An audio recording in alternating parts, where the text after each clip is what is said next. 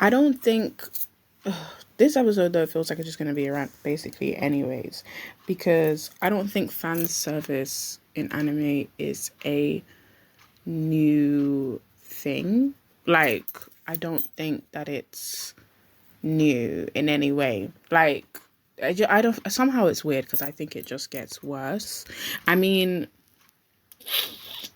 fan service in animes always weird me out. I mean, I don't even watch, me myself, I don't watch many animes that have a lot of fan service in them, or well, I try not to anyways. But like, I think what my main thing was that I started Gurren Gurren Lagann yesterday, because I think it just came on Netflix recently anyways, but it was made in 2007. So basically I was even thinking in my head like, is that a what's the word? Is that like of its era? Like, is that an era issue, as in it being a anime that like has fan service in it? Like, that's what I thought. I thought to myself, maybe it's like they can do it in that era, and because it's a old-ish anime. That's what I was thinking. But the thing of the matter is that I don't think it is of it's even because it's made in 2007. I thought it was that, but it's probably not, because fan service is in like a lot of animes. Like, I should even I might do a little bit of research for this episode, but like there's probably more that I'm even thinking of that I'm missing out. What's it called? That I'm missing out, that because obviously I saw, like, what was it? Yeah, literally the first episode of Gurren Lagann, and I was like, what's going on? But like, and I was surprised because, of course, I meant because it was the first episode, I was surprised that it was like, they didn't want to like ease you into it. They just wanted the fan service to come, but and it's like, I suppose they never ease you into fan service anyways. Actually, that's the problem. When people talk about fan service, they talk about the fact that they can be watching anime and then, I don't know, they're like, granddad's in the room or something. That's just an example. That's what I'm thinking of, because it's just like, we all know that when we're watching anime, and anime is like so mixed, because then you'll have a fighting scene, but then you'll have somebody moan for no reason. We're like, what's happening? We're like, how did we get here? But honestly, that's what you do here. So it's like, this is the thing, like, I guess fan service is not anything new. That's why in my head I was like, yes, it was made in 2007, but it doesn't matter because it's still as current. Obviously in this episode I will dive into it like deeply, because as I said, I might research so I can really like so I can really devote myself to finding out things. Do you know what I mean? And then thinking to myself, oh, I want to say like, yeah, why does fan service happen? But then it's like, I don't know. The thing that weirds me out also is, because that's another thing I thought of yesterday, is the fact that anime, right? Supposedly, anime is basically for youngsters. That's what they say anyways. Even though if you look at animes like Berserk and, I don't know, Monster, or flipping, I don't even know, I was going to say Death Note also, but if you think of all of those kinds of like shonen, like shonen animes, right? I was gonna say K-dramas because obviously I'm always talking about them, but like, no, if you think about that, so that genre of animes, right, they're always the most like, obviously, kind of the most graphic, most scary. I'm sure that Death Note, like, actually, let me even, I'm gonna try to see if you on. I think Death Note is probably rated in 18, and I assume that Monster is as well. So it's like, it's interesting because I always think to myself that some of these are like rated, like they are rated that are not for kids, even though they say that's their audience. And actually, first of all, even if they say it's not their audience, this is the thing, actually, that's what I mean. Even if it's not their audience, kids do watch anime. Like, the fact of the matter is, a lot of people who watch anime now, like a lot of us obviously started out watching it when we were children anyways. So the fact of the matter is, is that it's like, why are we seeing that stuff at that age? Like, why is it that they're trying to appeal to a younger audience of fan service? Like, obviously that's like widely inappropriate, and we're like, why would we want to glorify that? And then obviously we know that like anime like obviously has its complete downsides. Even when I think about the fact that yes, I love anime, but it has a lot of downsides, and it has a lot also to answer for. It's how I think about like the whole idea of what's it called? The whole idea of like pornography and stuff. Like obviously both of those things, they are both like subjects or topics that like can calls out horrible messages. Do you know what I mean? Like, I don't know. I think one that I always think of, like with the pornography thing, is that every woman, every woman should not be hairy. Like they expect every woman to be completely polished, like she's a doll. When it's like women have body hair, and that's actually like a natural thing. Like, you know what I mean? Like women do it, men do it. It's all like, it's actually just a part of the human anatomy, right? Like that's the thing. But that's like those two. And then anime also has this way of like obviously the constant over sexualization. And then they have the thing of where, because obviously there was a TikTok I obviously just saw on TikTok, which obviously inspired me to do this. And I saw he was talking about how what's it called? They'll do it where they'll do an overexaction of anime characters who are actually children.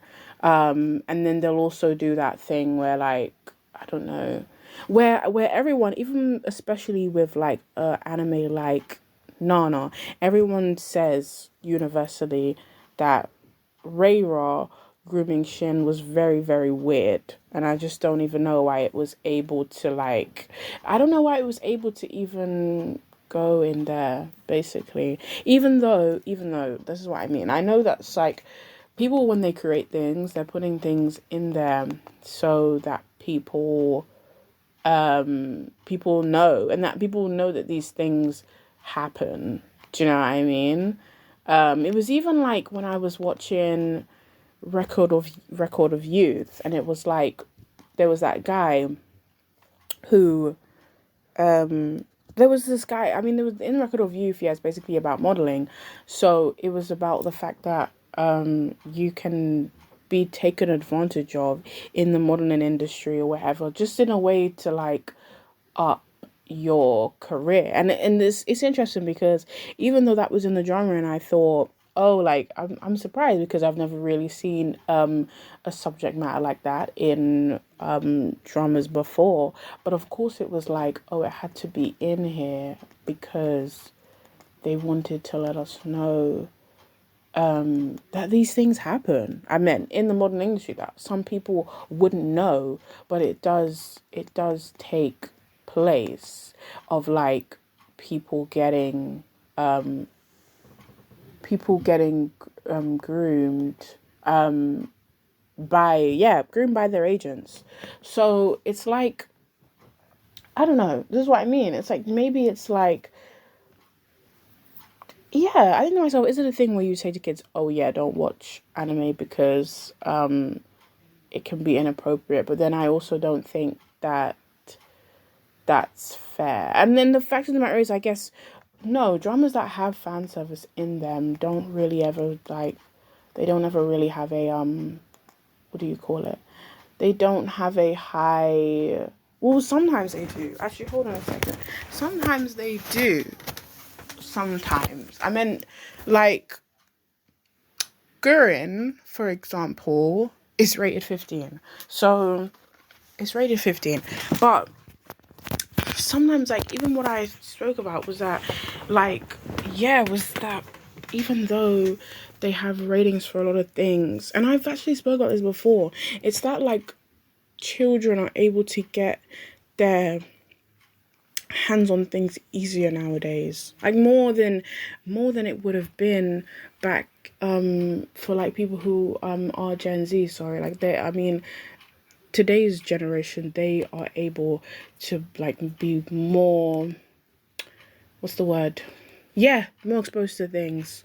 I was like, wait, yeah, exposure. They're more able to be exposed, and then being exposed creates yeah, creates all this stuff, like creates all these ideas and creates all these inappropriate like yeah, inappropriate ideals basically. But you know, I don't even know, because when I looked at Gurren actually before I started it, I thought to myself that I think it was gonna have fan service in it. Even though you do think to yourself with how the main character is Yoko, that she right, she doesn't barely have any clothes on. That's like she doesn't have any clothes on, so it makes you think if she's dressed like that, there's obviously no way that they would not do fan service. Even like yeah, there's one that's on my wall, which is High Rise Invasion. So High Rise Invasion also has fan service, which is obviously like so strange too. Like this is what I'm saying. I meant animes like Gurren and High Rise Invasion. They're they're like violence. They're like violence animes. I think well probably yeah the better term would be shonen anyways. So that's what they are. So, but in a way, I think to myself, you don't necessarily always expect to see fan service in those. I feel like that's the thing. It's weird because I kind of expected that you kind of knew which animes included fan service, but then I'm like, maybe you really probably don't. But that's what I expected anyways, just because you know the ones that are like, you know, really weird. You do know. Like, I think what was even one I was thinking of? And I think it was because there was that trend of people doing their top 10 of anime on TikTok. And I think the first time I did it, I remember I didn't know how to rank properly. Like, this is the thing. Ranking lists sometimes confuse me because I think about how, like if it's 10, that means it's the lowest. But then it's like, I don't really think everyone was ranking it like that. So that's why I had to do mine again. I was like, people weren't ranking it that way. So I got confused. And I was like, oh, we haven't done this correctly, because obviously it was yeah, the list that people were doing, it was like they're saying their top 10, but it didn't mean that the numbers really meant that those animes were bad. So that's what I got confused about, because I think when I first did it, I put Scum's Wish, so that's basically what I put that at 10, because obviously Scum's Wish, that I watched that. I mean, I think at the time when I was making my list, I was going through my anime like notes, like the fact that like obviously I have a note like list on my phone of all the animes I've watched, and then I saw Scum's Wish on there, and I didn't even remember that I really watched it. Like the thing is, I didn't even, and I think probably because I didn't remember, it didn't make much of impact on me. But then I watched it and I was thinking, and then I saw images for it when I searched up afterwards, and I was like, it looks a bit on the like, I don't know, like, it looks a bit in the way that you probably use the term hentai. Like, it looks a bit like, you know, a bit weird. And I was thinking, I don't even remember that anime at all. Like, it must have been some kind of fever dream. I said, I don't remember. So yeah, there's just so many that it's like, sometimes you know what you're getting, other times no. But of course, like I said in the beginning, fan service is also not always expected either, so it's just one of those things. It's a bit of a coin flip. Either it's blatantly obvious that it's there, or it's hidden that it's there, like, or like, do you know what I mean, like it's hidden because it's unexpected. But then in a way, this is what I mean. I think to myself, with how I mentioned about Gurren, I should have known better, because when I saw it advertising, and then I kind of saw Yoko, it's like, in a way I thought, yeah, are they not gonna make this weird with like her boobs juggling for some reason? Like, what's that? Like, they don't have to do that. They can just stay there. Like, do you know what I mean? But I don't know. I just wanted to make it weird. But that's what I mean. I thought to myself, oh, I should have known. But I know that it's just like, yeah, fan service animes weird me out. And if they do seem to, then I don't basically watch them. I thought that, let me even search this. Does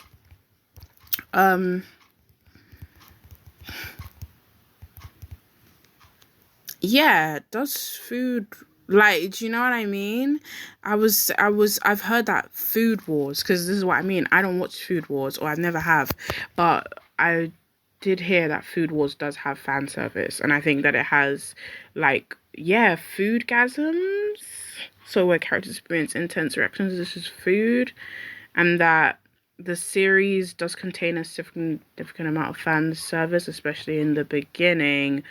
It is also noted for its engaging plot, character development, and focus on culinary battles. Some viewers find the fan service to be distracting, while others appreciate it as a part of the show's unique style. So it's interesting. Even though you think about with Food Wars, like, maybe you think to yourself it's not too weird, because I mean, people do enjoy food, like, a lot. It's like people always make noise when they eat. Like, as in, I don't, but I know people that do. So it's also like, you think to yourself, maybe it's not that much of a flag. But I just think when it's a bright red flag, and then when it's not, basically. And so in the TikTok, so obviously I'm going to put in the description, I think, so the guy's called Paul, so I think he was obviously saying that, I think he was obviously saying, yes, he thinks it's unnecessary, exactly, which it is, and then I think people in the comments were saying that, like, I think it's Fire Force. They said one of the animes that include fan service is also Fire Force, and that, like, people find it funny and that it's necessary to the plot in some way. I don't watch Fire Force, so I wouldn't know. And I think I would also find it very difficult, like how the comments were also saying, as in, like, skipping past those scenes, because it's like you want to enjoy the main plot without the unnecessary feels. Like, yeah, it makes you think of the fact when people do, like, filler episodes. Not that they're bad, but just, when you just kind of want to fill up a episode, and so you fill it up with things that you don't necessarily need. So it's like, I guess they do it in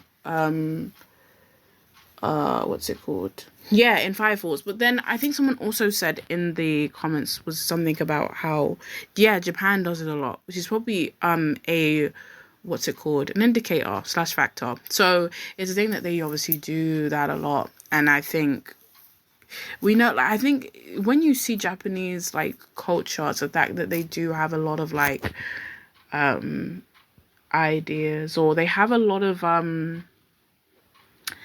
things to do with, like, yeah, to do with really freaky stuff. Like, that's what I mean. So it's like, I think to myself, like, it's normalized to them. That's the thing. Like, that's why we see so much fan service. They don't see any issue with it. And it's not really a big deal to them, but it would be more so of a big deal to us. Like, because it's not something that, I don't know, it's not something that we want to see necessarily. But then I don't know, do you know what I mean? Might as well just speak for myself. But yeah, I mean, as I obviously I meant that's what I mean. I'll speak for myself, because of course I don't want to see fan service, because it's just very yeah, like, obviously it's uncomfortable, and it's also unnecessary. And I think obviously someone also said in the comments, I think because when they felt like the Fire Force had lots of fan service, that they basically stopped watching the anime because of it. I think, yeah, they were talking about Fire Force. They stopped watching Fire Force because of the fan service, and that's, like, obviously a huge downside. Like, the fact of the matter is that, if they're gonna have all of these shows with animes with fan service in them, they're gonna lose a lot of audience members. Although, you have the other side, which is they will also not lose people, because there will be people who do enjoy the fan service. That's another thing, and that's why it can be a bit of a what's the word? Double-edged sword? Like, yeah, I'm always like, what's the term? Like, yeah, double-edged sword, because then there's people who enjoy it. But anyway, so in anime, fan service refers to content deliberately included to please the audience, often involving gratuitous. I hate that word though. Gratuitous elements like nudity, sexual situations, or other appealing visuals that are not essential to the plot. It's a way to engage viewers and cater to their desires, sometimes at the expense of narrative coherence or character depth. Because when you see, because that's what I'm talking about with fan service. When you see those really, really weird anime nerds who, excuse me, and I say like, no, I'm an anime nerd, but I'm not a weird one. But so, you see the anime nerds, and then they've got like, I don't know, I think you see them sometimes, people who like have shrines, and then they make this whole thing that like, they love that character like it's a real person. But hey, because not that I'm saying like, oh my gosh, you can't love your fictional character, because you can, like Satoru Gojo, duh. You can, but it's just like, I think that's what I'm talking about. Like, fan service is the reason why people take it that step too far. Do you get it? They make it like weird. To, I don't know, have cutouts, or what's that other one? Sex dollies or something. So yeah, those kinds of stuff. They'll do all of those like weird things. And that's what I mean. Like, fan service doesn't help with that. That's one of like, I would feel like, I was gonna say that's one of the negatives, but then again, this is what I mean. I think to myself, as someone who doesn't enjoy fan service, I think, is there any positive?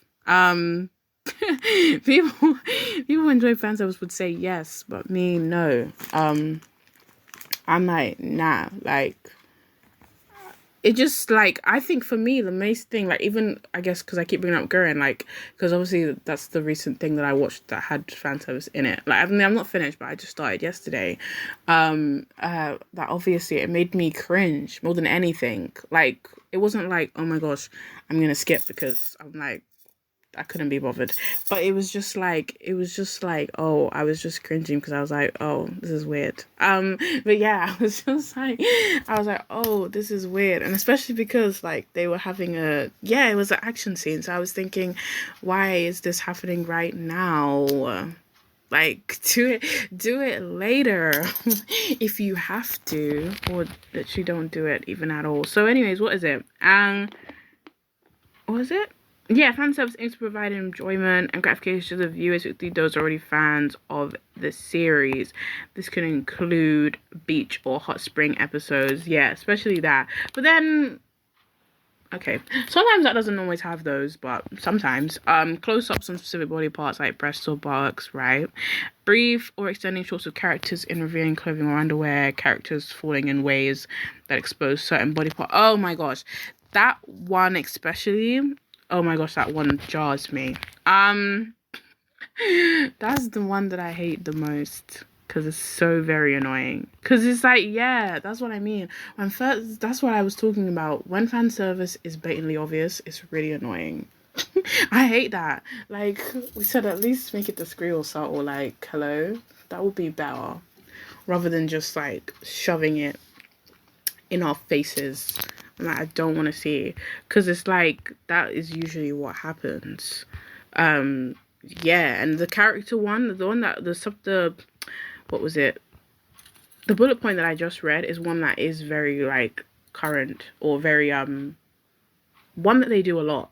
Like, they do that one a lot, where a character falls over, and then it's like, oh, I don't know, Habib's then pressed up on the guy, and we're like, oh, we're like, okay, that was not necessary. And he was like, oh my gosh, what a coincidence. Like, oh my gosh, wow, what a coincidence that happened. And then subtle or overt sexual situations. I think, what does it say? While originating in anime and manga, the term fan service is now used in other media and language to describe similar content. Oh, really?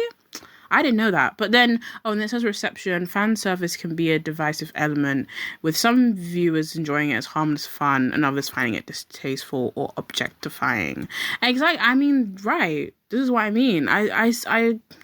I don't know. I guess I haven't watched Fire Force, so that's what I mean. I couldn't say of the people who say, oh, they think that it helps, or they think that it like needs to be there. So I wouldn't really know. But I don't know. I feel like, obviously, of course, when I read the reaction thing, I was like, reception things, that yeah, I would be the more person that finds it distasteful and objectifying, because obviously, like how I mentioned, it is the whole reason as to why women get objectified in that way. And the whole idea of like, because oh my gosh, yeah, anime is a reason for the whole idea of like what is it, of like big boobs, I suppose.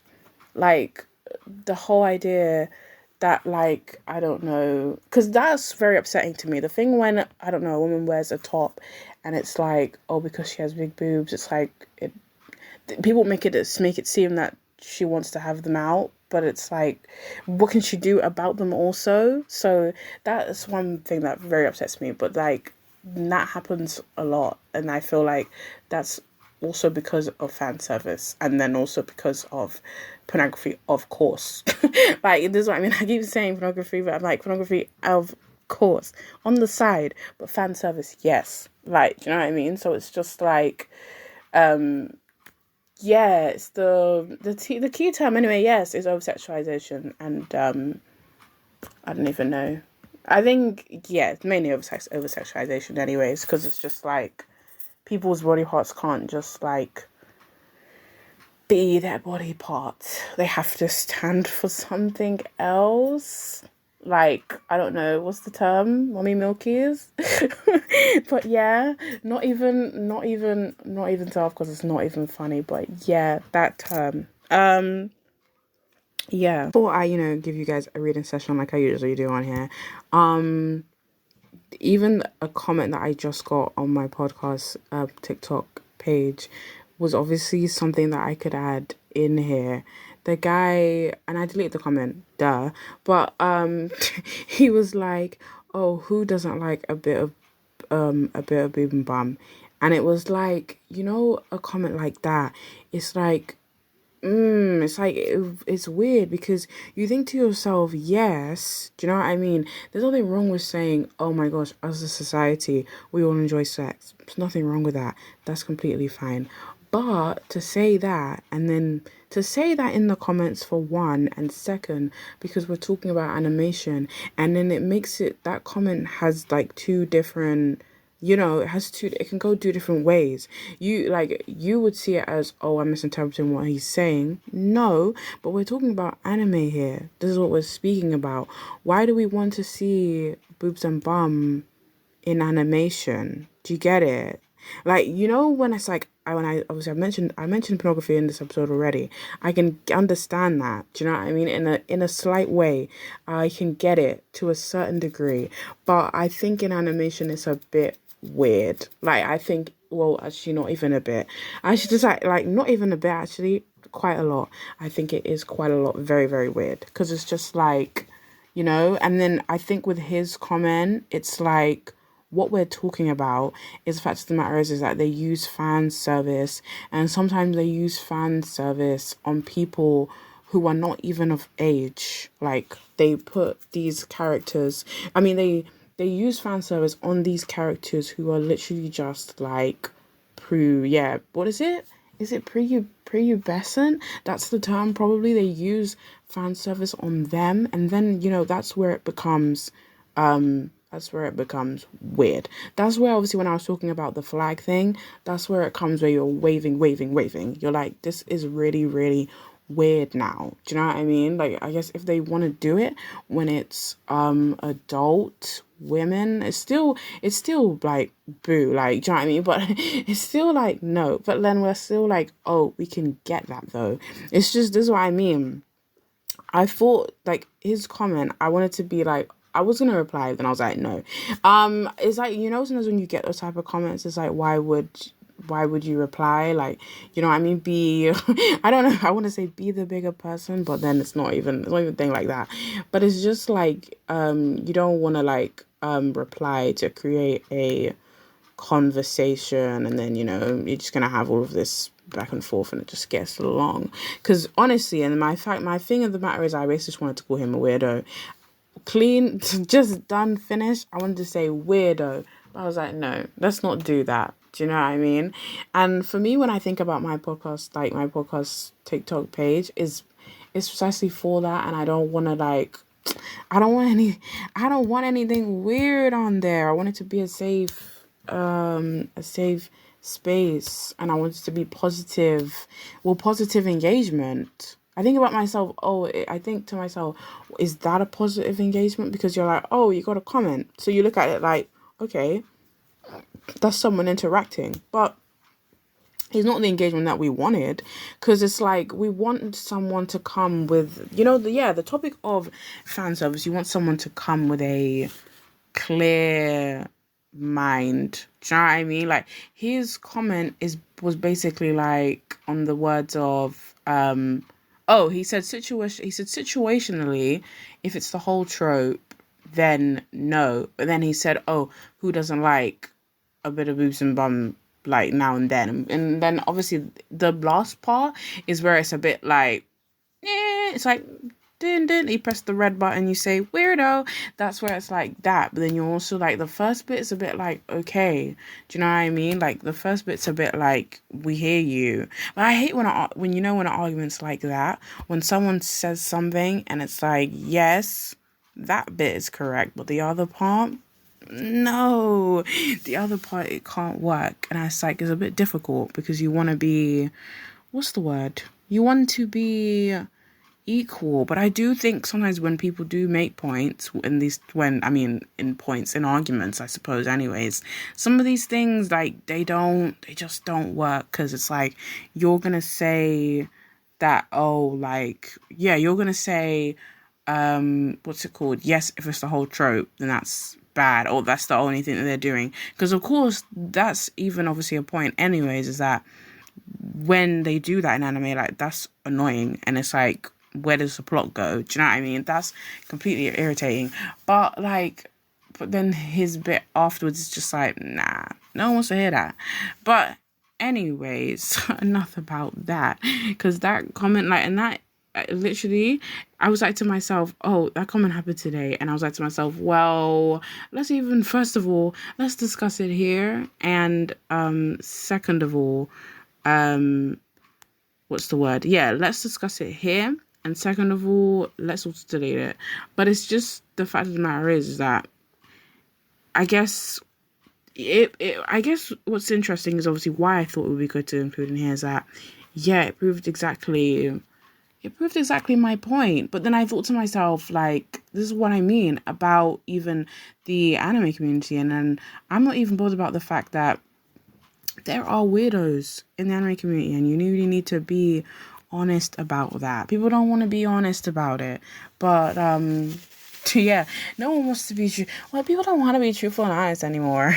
It's giving FKA, but where are the thinkers? We're like, no one wants to be open and honest. No one wants to say, yeah, there are weirdos in the anime community, and there is. And even, like, that's why I'm like to myself, the comment is an example of this whole discussion. Like, it holds weight, it holds presence. It's telling us that, there's people who, like, who literally view it in that way. And I think, that's what I'm saying about his comment. Like, it's like maybe we would need more of an elaboration, because then that creates assumptions. But we would need it to be like, oh, are you talking about when it's just adult women, or are you talking about when it's everybody? Because if it's everyone, then that's even more shocking and scary. Do you know what I mean? It's even more shocking and scary. And then this is what I was talking about with the fact that, yeah, that fan service normalizes these things. And that's why, do you know what I mean? That's why there's all these things in society, right? I meant all these views and ideals, and I said that earlier, so that's what I mean. It's another thing, and that comment like explains that in the best way, like, or I mean in the worst way, but I just mean it just proves the whole thing. Like, it's a bit weird. But anyways, so these articles are both from CBR. Obviously, why this one was, how did fan service get prevalent in anime? I think also another thing which I did do was I was watching because obviously this is me explaining my research into fan service. I was watching a video by I think her name is Emily Lynn. Yeah, I was watching a video by Emily Lynn, and she was talking about, oh yeah, not even Emily. So I was watching a video about, she was talking about fan service, but she wasn't talking about like obviously just fan service in anime, which is obviously what we're discussing, but like she was talking about fan service in, like, I think it was anime, K-pop, and BL as well. So she was talking about it in 3 different segments. Ours mainly just anime. So obviously she was talking about how they do it in anime and the ideas they have. I think I really enjoyed the part in her video where she was like, where she did a skit, and then obviously the skit was her doing like a scene of people being in a writer's room and being like, oh, I want to put a bit of fan service in there. And they're just like, why? Like, why? Like, they're just like, why are you being weird? And I was like, honestly, that's probably how it probably goes. But then also I think to myself, it's also probably not. But I do think that, like, yeah, people, I guess, they think using fan service is like the easiest thing to do. It's exactly how I said, is that they never ease you into fan service. They literally just throw it out there. Like, they literally just throw it out there, and they don't feel any kind of way about it. Like, there's no explanation for it. It's just there. And I think her skit, like, obviously explained that perfectly. I can't remember what else she also touched on as well. I mean, I was also noting down some other animes, I guess. I think I added on Kakaguri as well, because obviously that's another anime that has fan service in it somewhat. But obviously Kakaguri is a very what's it called? It's a very weird anime anyways. Like, you know what's so funny is because obviously Kakaguri is about poker, and the fact of the matter is that how is an anime about poker? We're just like, you know, this is what I mean. I think with fan service, we're just like, how does it get there? You know, how does it happen? It's like, it feels like, when you think about it, it doesn't call for it. That's what my thing is sometimes. Like, people will be like, can't you see that it may be necessary? And it's just like, I don't know. I think to myself, no.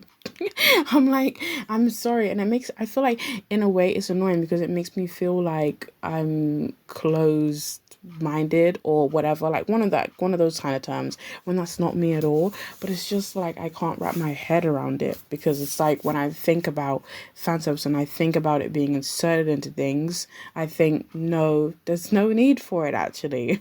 And especially even how I'm saying about Kagura, I'm said, yes, an anime about poker. What is the need for that? Why does it have to be there? Like, everyone's playing poker, and then, I don't know, you'll have Yumiko, like, start making, like, weird noises at the table for some reason, and it's just like, oh. Or then I think, because that was actually a comment I think I saw in Emily's, like, video. So I think it was like, oh, someone was saying, oh yeah, when Kakaguru does, like, shots of where, because they wear the skirts, and then you'll just see somebody's bum sticking out of their skirt, and it's just like, oh.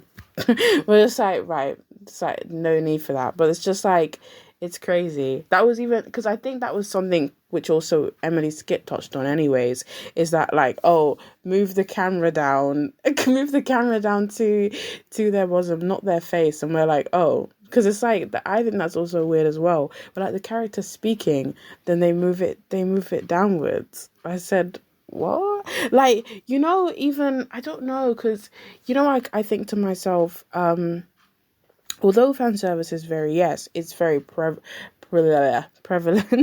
like how the article says from CBR. Obviously, it's also very much, it's also in other medias, because even what I just thought of when I was saying about fan services, I was thinking about Transformers, and remember how Megan Fox was in Transformers, and she was basically everybody's, like, girl crush. You get it? Like, she is the ideal. She's actually the ideal. I think, well, obviously she was in Jennifer's Body as well, and that's obviously another role of her, like, do you know what I mean? I don't know, like, being Megan Fox. But, like, I feel like, no, Jennifer Body, I feel like, doesn't have, like, create that much crazy fan service in it. But I would say that Transformers more so does. Do you know what I mean? Transformers basically more does. And obviously, even a film like Transformers, you think, what's the need for fan service in there? Also, do you get it? It's a film about talking cars. It's a film about talking cars, and all of a sudden, like, I think the scene I'm thinking of right now, yes, is when Shia LaBeouf and Megan Fox are like, I think, is Megan fixing the car, and then all of a sudden Megan's speaking, and then the camera's down panned at her chest, and we said, how did we get there? Can you move the camera upwards? Because then it's just like, what's going on? But then it comes that, and then I just hate that, like, I don't know. Yeah, I think what they say about fan service is, even how this article starts out, is that fan service means something more specific than generally giving the fans what they want, such as cameo of popular characters. But this is what they think the idea of fan service is. It's the idea of giving the people what they want. So it's like, it's weird, because, yeah, you think to yourself, if people didn't have fan service, would people riot about not having it? Which is very interesting, but you assume that they probably would. And I guess it would be the male audience, because that is who fan service is mainly for. Even though, like, I think I was also, when I was researching on YouTube, I saw that, like, obviously they do fan service when it comes to male characters also. But I feel like the fan service with male characters is not really, like, you know what I mean? It's not that, like, bad.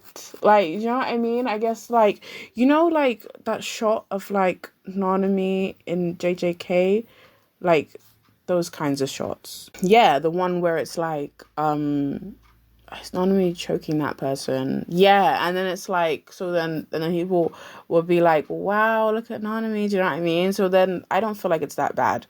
But anyways, the anime industry's brand of fan service is much more R-rated. Some fans love it, some find it distasteful, and all agree that fan service is highly gratuitous, either for good or for ill. There are a few clearly defined reasons why this sexualized type of fan service became and remains so prevalent, and some anime series even make meta comments about how popular it has become in recent decades. It's crazy because literally this is what I was saying also about the older thing. I thought that fan service was also just was just originated from the old animes, because obviously exactly what I was saying about Gurren and how Gurren was in 2007, so it's of that time. So I've basically, there's also obviously the other article which I want to go into read, which is why did old anime have so much fan service? So and that's obviously, yeah, this is what I mean. I think like it originated from there, and then I feel like because it's like, I suppose when people start something, they never really want to like they never really want to let go of it. Like, you know what I mean? As in, if it's good, it's good, I suppose. But then the thing is that it's not that good. This is the thing. It's very. I would say that probably it's split down the middle, because if they're saying, then yeah, there is an audience for it, and they would know. But like, I also feel like there's obviously people who don't enjoy it, like myself included. I don't know about you guys, but yeah, me for sure. It's not a big one, because even this what this part is saying is that an entire household could sit down together to watch TV, meaning in Japan and the West alike, these shows were family originated by design. This also meant that if an adult was watching anime on TV, their younger children could wander into the scene and see whatever's on the screen. This accidental exposure isn't as big a risk for Japanese manga volumes or novels due to how that physical media is consumed, but anyone could look at the TV. And that's what I was talking about anyways, in how, what's it called? Oh, in how I meant of what kids get access, like kids access to stuff. And that's obviously, that paragraph there explains that perfectly, because like honestly, you could just walk into the room and it's there, and then it's like, you know, yeah, and then that's already showing them something that they obviously don't need to like be aware of. They don't need to know of these things. So yeah. And I guess that's why there's so obviously stuff enforced anyways. Like, I guess, yeah, there's also those age stuff that you see where it's like, oh, you can't press on this post if you're not over 18. But then the fact of the matter is that the funny thing is, it's a crazy thing, because a lot of us probably when we were younger, we would just press yes. That's just, hey, am I baiting myself out? But yeah, we will just press yes. So it's just like, the thing is like, what do you actually do? And then all this changed in the late 20th and early centuries, when Japanese anime could be accessed not just on TV but on VHS tapes, DVDs, and more recently Blu-ray DVDs and streaming services. Some Japanese anime series no longer had to be family friendly, since they were released on more discretionary media like DVDs. Anyone who likes R-rated anime can get a VHS tape or DVD of a set side series and hide it. Anime studios know that. So in the past and present, many anime series began to embrace fan service in an R-rated way, giving adult viewers the kind of eye candy they always wanted, safe from children's innocent eyes. It's like, no. I'm just like, why do people have to be so weird? Because I'm just like, yeah. People will be like, oh my gosh, like,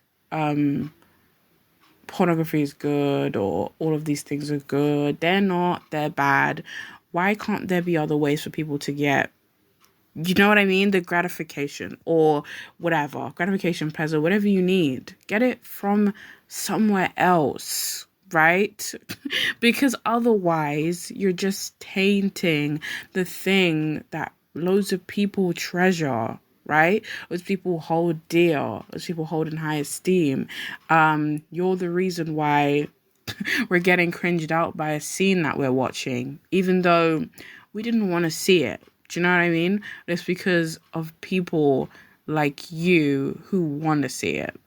And look, I said people like you, like I'm talking to you. But the thing is, everybody knows you should always take a comment not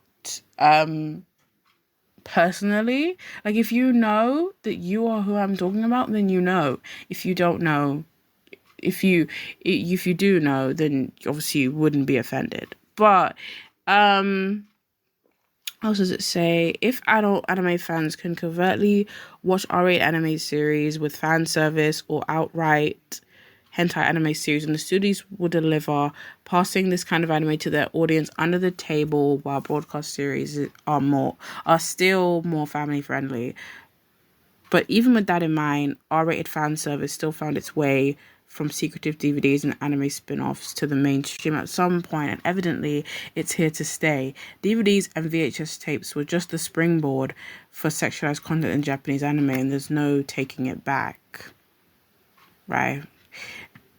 It's true, so then this is the next heading. Fan service has become a mainstream anime staple. In the current anime era from the 2000s to today, fan service is not limited to anime DVDs with explicit content hidden under the bed. PG-13 fan service is now in mainstream anime on broadcasts and on major streaming platforms, and there are a handful of possible reasons why this is. For one thing, many of today's anime fans are teenagers and young adults who watch anime alone on a streaming platform or on Blu-ray, and there are likely no children around to stumble upon. A more obvious factor is the simple idea that sex sells. This applies for manga and anime alike, and creators know it. Manga authors, for example, are under constant pressure to create popular material that sells, and a convenient and reliable way to do this is the inclusion of PG-13 fan service to keep the intended audience engaged. When a manga series becomes an anime, some or all of that fan service will carry over, and that may help boost ratings on TV broadcasts. Some fan service is censored or toned down, but otherwise the concept is the same. One thing I actually want to mention, because obviously, like, I am watching lots of animes these days, but I've basically been watching Windbreaker the most, and obviously Windbreaker would have no amount of fan service in it. Like, there's none to be had, and I feel like, of course, it wouldn't be. But then, actually, let me not say that, because the thing of the matter is how I've proved in this whole 15 minutes is that fan service can appear anywhere. But then this is what I mean. But I feel like with Windbreaker, because there's a lot of like factual action fighting scenes, there's not really any of it there. Not really. Like, I feel like it's an anime that like just has a lot of like, like, it doesn't have a lot of like what's the word?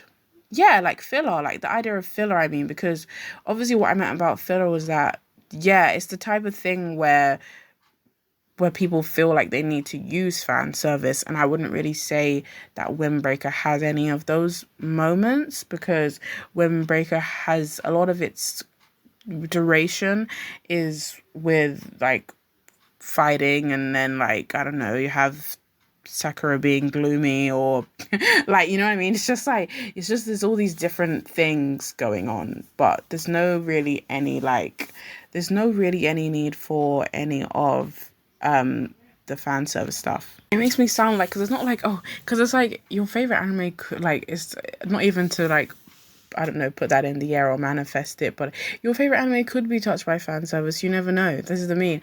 I'm talking about Windbreaker, like, like it's the holy grail, but it could get fan service in it. If it did, that would be very, very disappointing, but it could do, because that's the thing. Like, I don't know, they just add fan service in whenever, and I feel like what this article anyway is proving to me anyways is that fan service is basically a hit, and I do believe anyways, like how I said about the weirdos, that's the reason why it's such a hit. Yeah, that's the people who are with us in society, so that's what I mean. I'm just like, that's probably why. But anyways, I'm gonna carry on now. PG-13 fan service has evidently become normalized in Japanese anime, and may be included simply because audiences are used to this and want more of it. Of course, not all anime series indulge in raunchy fan service, like I mentioned, Windbreaker. In fact, much less than half of them have substantial fan service like this, or plenty have none at all. Like, a lot of them. Still, it's a well-ingrained part of the industry by now, and the anime industry is clearly habit-driven for not just fan service, but many conventions too, such as flooding the market with isekai year after year. If it ain't broke, if it ain't broke, don't fix it situation, gratuitous fan service and all. I think that's, yeah, their paragraph, what I just said, is something I even just mentioned anyways, which was that, yeah, they see it as though they've been doing it for so long, and that's why they keep at it. Like, it's their tradition. They will continue to do fan service, although, you know, like, even though that bit in what they said in the paragraph, like, some, obviously, like I mentioned with Windbreaker, some animes have zero fan service in them, and it's like, they're better without that. And like, obviously me saying that's why I brought up Windbreaker. I was like, I prefer for them to have zero. I mean, look, it's making me sound like what, I'm the number one fan service hater, but like, it's true though. Obviously I prefer for it to have none, for it to have some or any, but like, you know, I just like, I feel like I get it that people like it. I mean, do you know what I mean? I guess it's just not, you know, so it's not my, what do you call it? It's not my piece of cake, like, you know what I mean? Yeah, but they've added, right? They said another example is Chainsaw Man, a famously dark and subversive anime series that twists conventional fan service into something else entirely. For example, the fiend Power looks like typical fan service fodder with her good looks and shapely figure, but she's also presented as a crude and juvenile person who both accidentally and intentionally frustrated Denji's erotic intentions with her. The Chainsaw Man story turns fan service into an impossible dream for both Denji and the audience, depriving Denji of the kind of film attention he wants, and by extension, the audience too. This makes Denji more relatable in a way, and it also ensures that Chainsaw Man can add yet another layer to its subversive ways.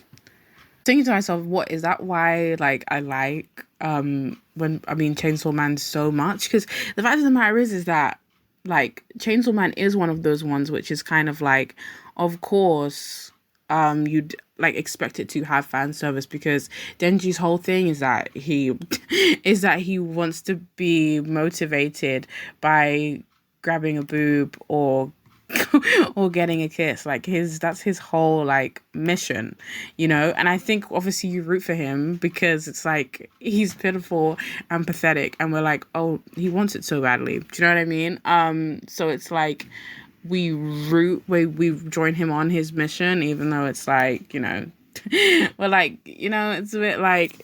But then I do think what they said about, you know, like them creating the idea of Power, and how Power was like supposed to be like a demon, and it's like he was never gonna get with her, like it was never gonna work.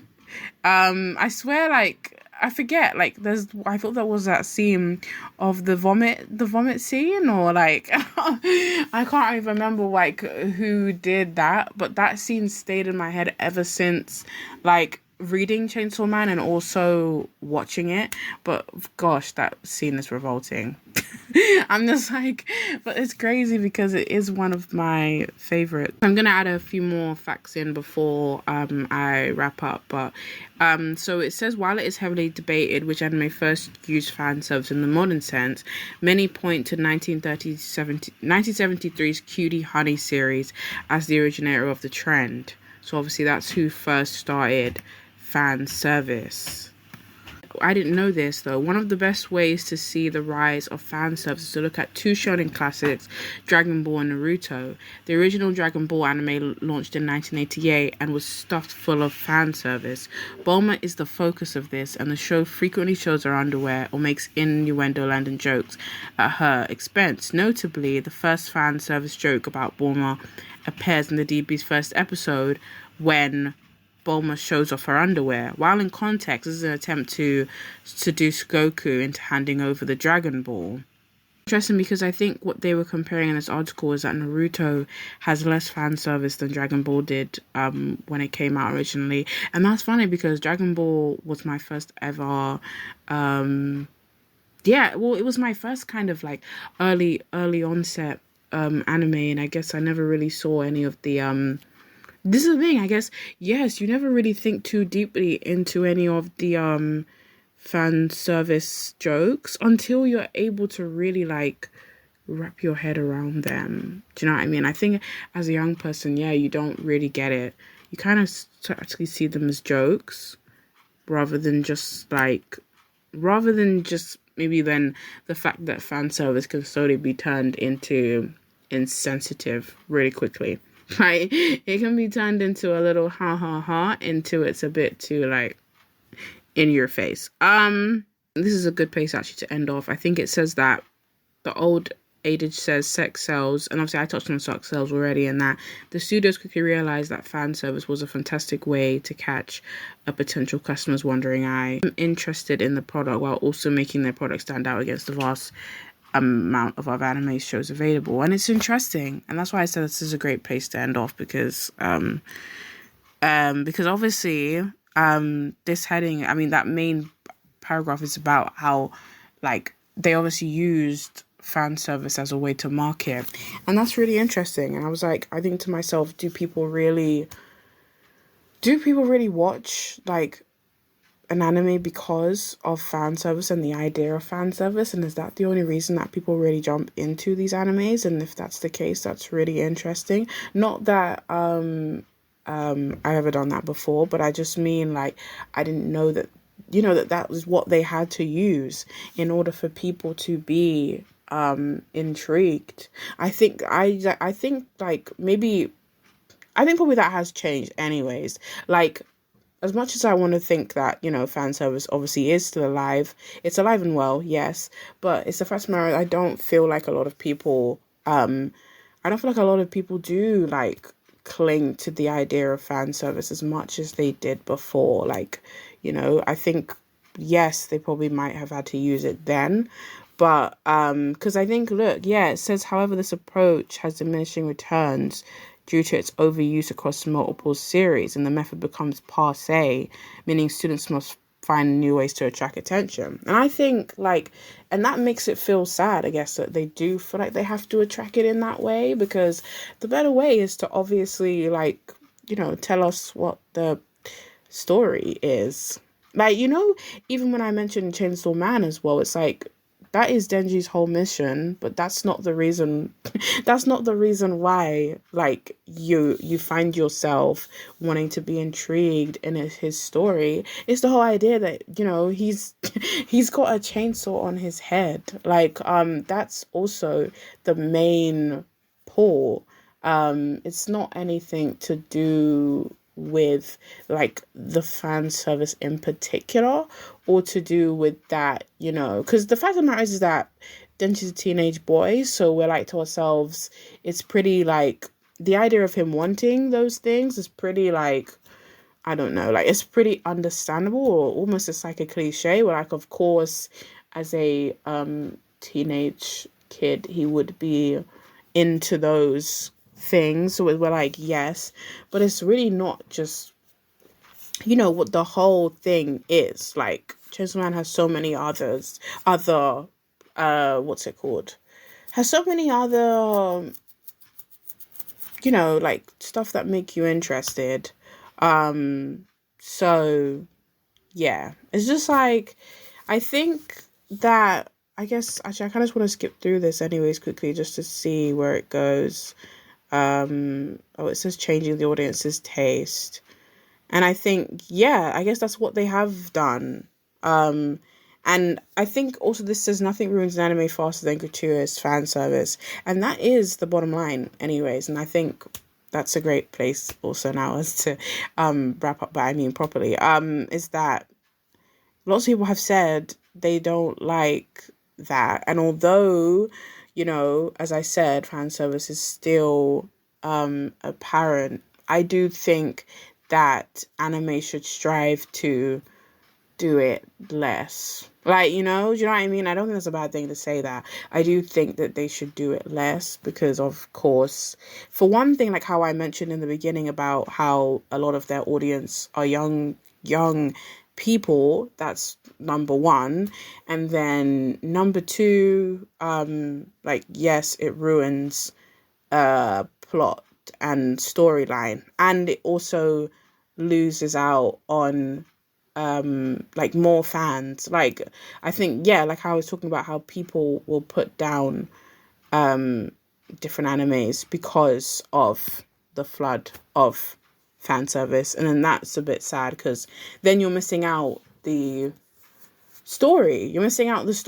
And like, because you know what it reminds me of? It reminds me of when you're playing a video game, and of course lots of people will say this, that they obviously skip the speaking moments, but the skipping the story mode bits are also like important, and they're vital to the game, and if you're skipping it, then you're also gonna like lose out on the main thing, like the whole thing holding it together. So it reminds me of that, and I guess that's why you think to yourself, that's why I said number two. It's like that's a shame that they do like over flood it. It's like what I think to ourselves, which I can probably make into three, is that they should put it in there but keep it to a minimum if they really have to.